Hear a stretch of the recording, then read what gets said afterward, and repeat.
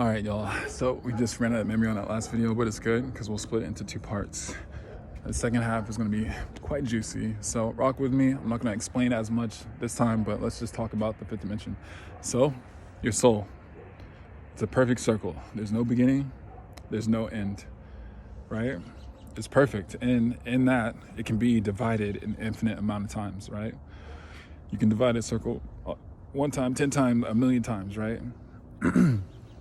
And that's what our souls do.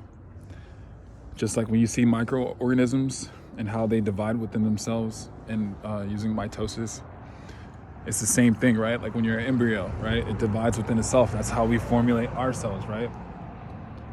So that's what our higher soul is doing. And every time that it is dividing that circle, it is a new lifetime of existence here in the third, or here in another dimension at some point. But I'm saying the third because that's my experience.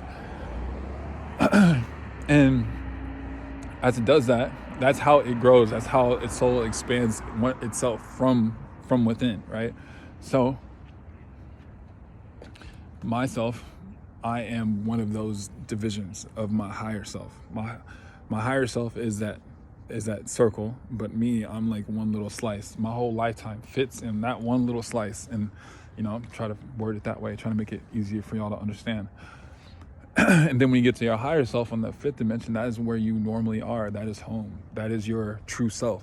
The truth. This is the reality of you in a sense, like right now, just because it's real for you right now, right? But the truth of who you are goes well beyond this. Well beyond this. And like I mentioned before, God is even higher above that. But we are kind of not taught about our higher selves. We're not taught about our super selves. We're not taught about those things.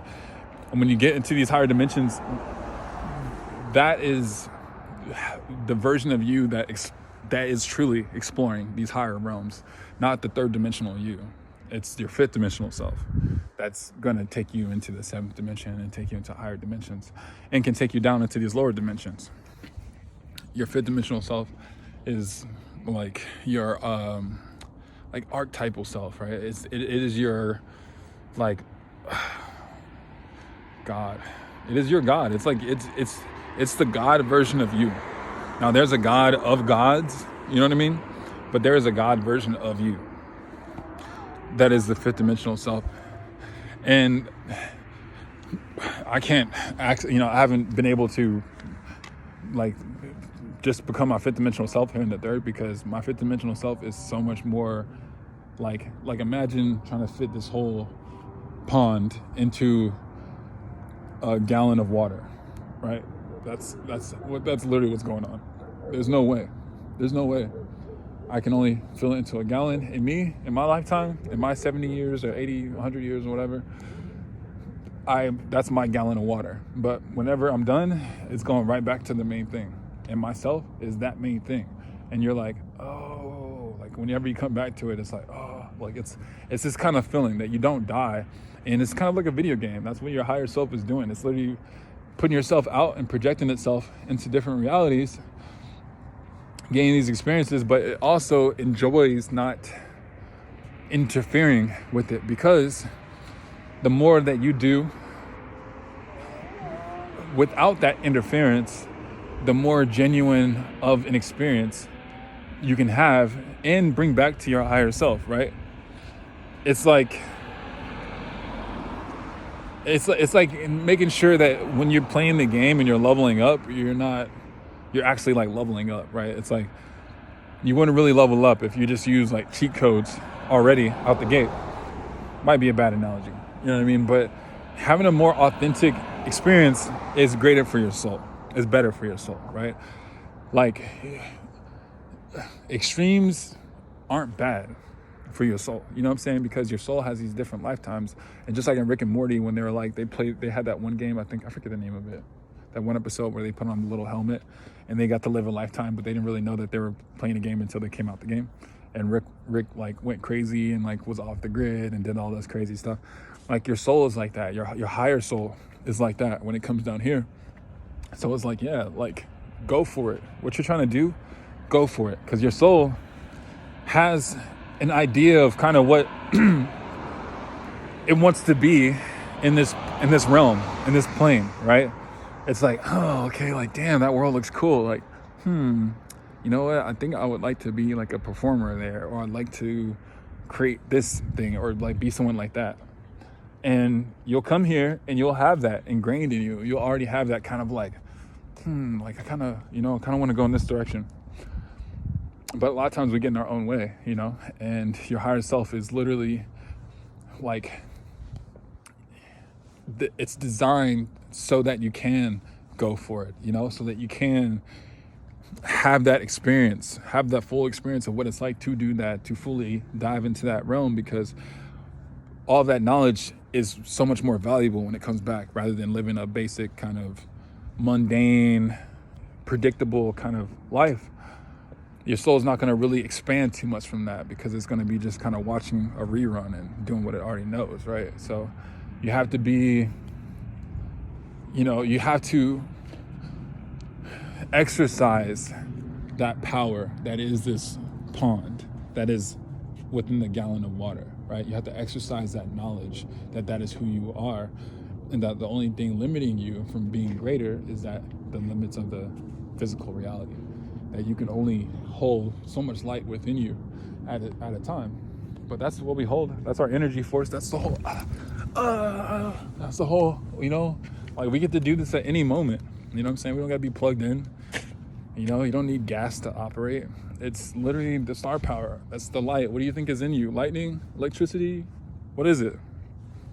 What's allowing you to be here, be now, and like do whatever you want? There's a power that is you. That is the power, right? Things turn on with a power.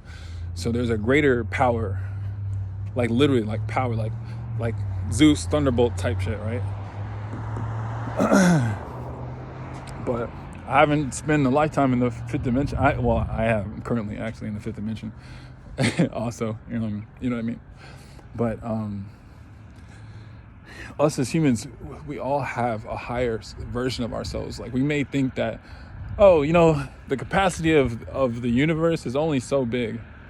It can only be so big. Like it really can just be Earth and heaven. Like there's not really anything else. It's just Earth and heaven. When it's like, no, first of all, there's multiple planets besides Earth. Well, you know what I mean? I don't have to go into it. There's, and then even when you get past this dimension, there's higher dimensions and there's things above it. And it's just like, oh, there's so much more. You know what I mean? 70 years, 80 years is not that much. It's not that much. That's what I'm saying. It's like, you know, an expiration date, kind of like with milk or some shit. You know what I mean? Like I'd liken it to something like that, like milk compared to like honey.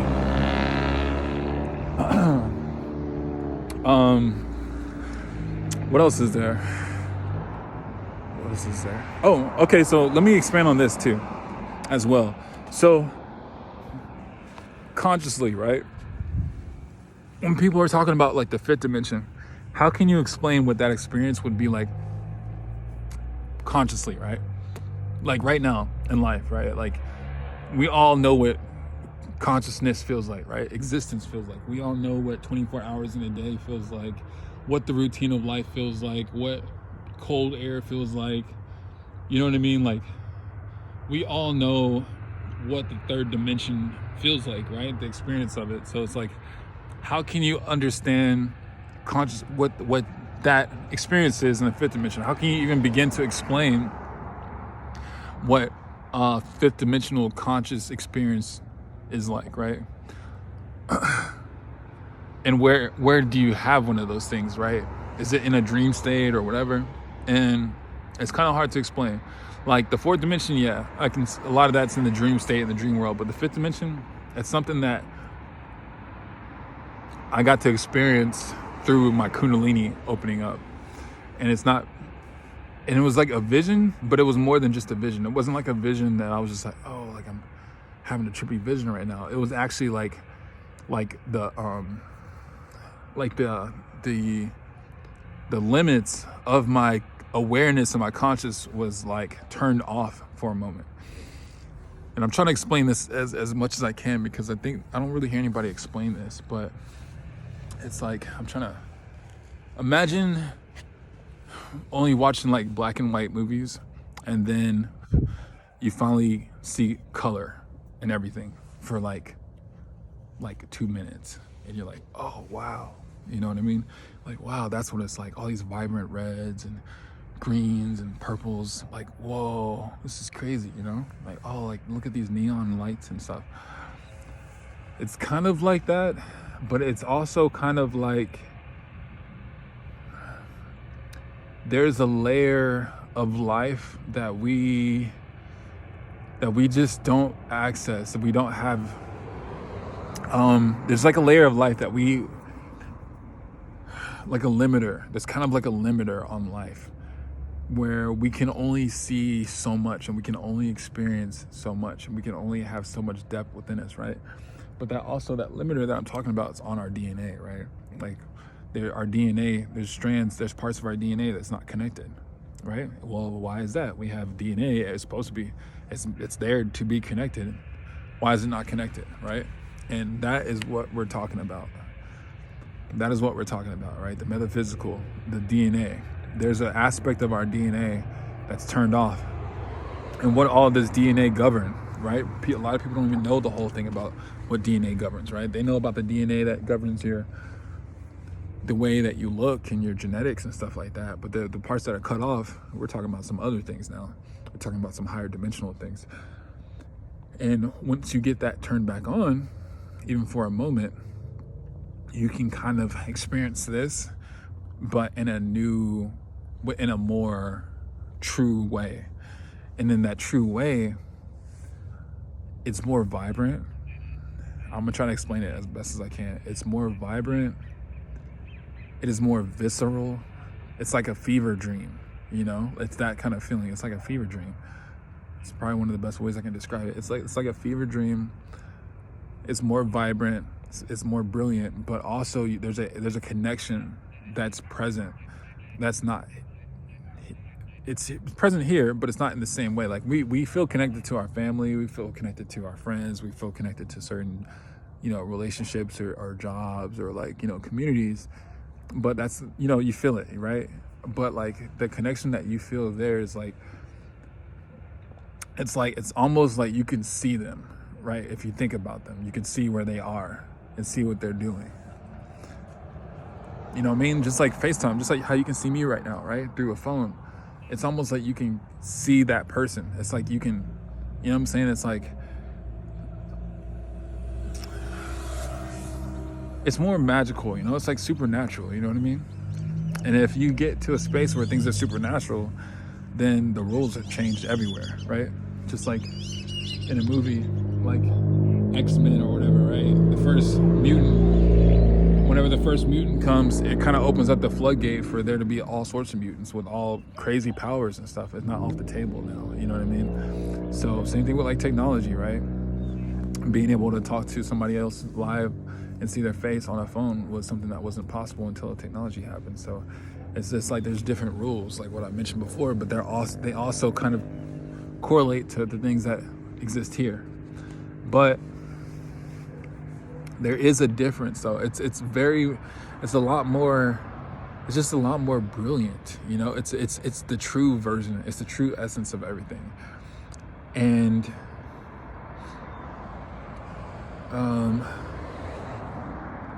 it's something that whenever you experience it, you're like, wow, oh, this is what is going on. You know what I mean? Like, this is what's happening.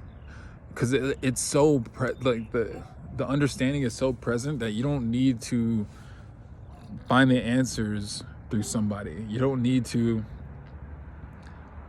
somebody to tell you what to believe. You just know. You can experience it. You see what's going on, and not just from your own two eyes as a human standing here. Like, no, it's the eyes that you are seeing from are like above here, like looking down on like Earth, like looking down on everything.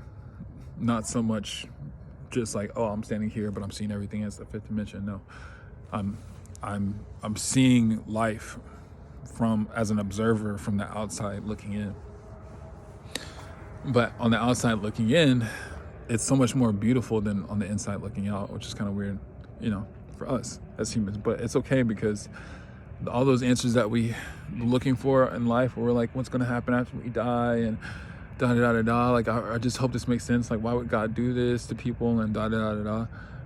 It's like all of those things are answered, like life is not a story where you end up at the end of the story and you're like, what, like, okay, well, like I didn't get closure, like none of these things don't make sense, like damn, that was a bad ending, like what's the point, It's not like that, luckily. Thank God. Thank God you're that cool. Seriously. Honestly, thank God, because otherwise this shit would be fucked up. Like the whole thought of like Earth being like a hell and everything probably would be true if the fifth dimension wasn't what it was. If it was just us and we were disconnected from everything, and it was just, oh, okay, whatever we can see and measure is all there is, we'd be doomed. Straight up. But this thing is so much more beautiful, so much more epic, like adventure, you know what I mean? Like the universe loves adventure, the universe loves a journey, the universe loves cliffhangers, the universe loves like the suspense and the drama and all the little in-between things and all the different scents and the smells and everything. Like the universe is like with this shit, so I'm telling you, like the universe is like wants the shit to be cool as hell. But like I mentioned before, like there's a lot of things here on the third that I've kind of wanted to be in control and try to make their own version of things, when it'll never be as good as the main thing, but that is the saving grace. The fifth dimension is like once you see it for yourself, once your higher self allows you to kind of take a glimpse, there's so much more going on. It's a whole nother thing you got to learn. It's just a whole nother realm that you have to understand and learn. And there's rules to it, in a sense, but the rules are a lot lighter than the rules here. And the rules are more so about keeping the peace, The rules are more so about keeping things in balance, because otherwise you'll fall out of it. Instant karma, you know what I mean? Like we experience karma here. Like we know what karma looks like, when we see it. But on the higher planes, it's like a little bit finer, you know what I mean? But it's also a safeguard, because it's like, like I mentioned before, like on the third dimension, like you have a lot of beings and people and demons and things that are only seeking to like destroy and hurt other people, right? And they're out of harmony, right? And mentally they're out of harmony too. And usually the people that are tormenting other people are because they are tormented themselves mentally, and they haven't figured out, and they may not figure out how to get past the fourth dimension. If you talk about anything about their mind or anything that they could work on mentally or on themselves internally, it'll turn into something else where it'll make another problem. And when you're in that state, you can't ascend. You can't ascend. You have to allow yourself to know that there's more to learn, and that you can't just be an asshole. You know what I'm saying? If you want to ascend, just don't be an asshole to other people, but also be wise, be smart, don't be a fool either. And if you see it for yourself and you know it for yourself, that's what you need to get into the club, pretty much. You know what I mean? You have to be able to find it for yourself, and to a degree. I'm not saying everybody has to do it on their own and reinvent the wheel, but there's an aspect of you having to correct yourself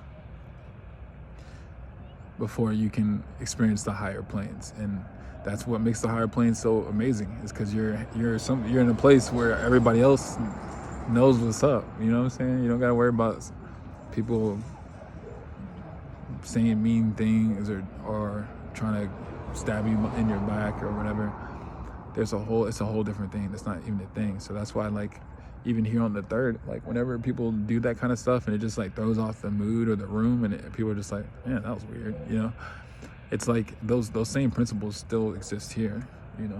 That's why we find it unattractive or off-putting at times. You just gotta have fun, keep it light, joke around, whatever, all those things. But the universe also, all these principles matter. You gotta keep things light, also to get work done and all that stuff. But I don't want to rant. I feel like I'm ranting a little bit. Yikes. take it or leave it. Y'all may not watch the whole video, but it's all good. I'm trying to do my best to just sit and explain more of the fifth dimension and just in detail, because not a lot of people do. But words, it's kind of hard because words are tough. If you're trying to talk about anything spiritual on here, it can be weird, And honestly, from that experience, like when people tell me that they've seen stuff and heard stuff, I'm like, I believe you. I'm like, I'll be like, not all the time, but like, you know what I mean? Like if I see the look in their eyes and stuff, I'm like, oh, I believe you. I really do believe you, because there's a lot, there's a lot more going on, and people get, they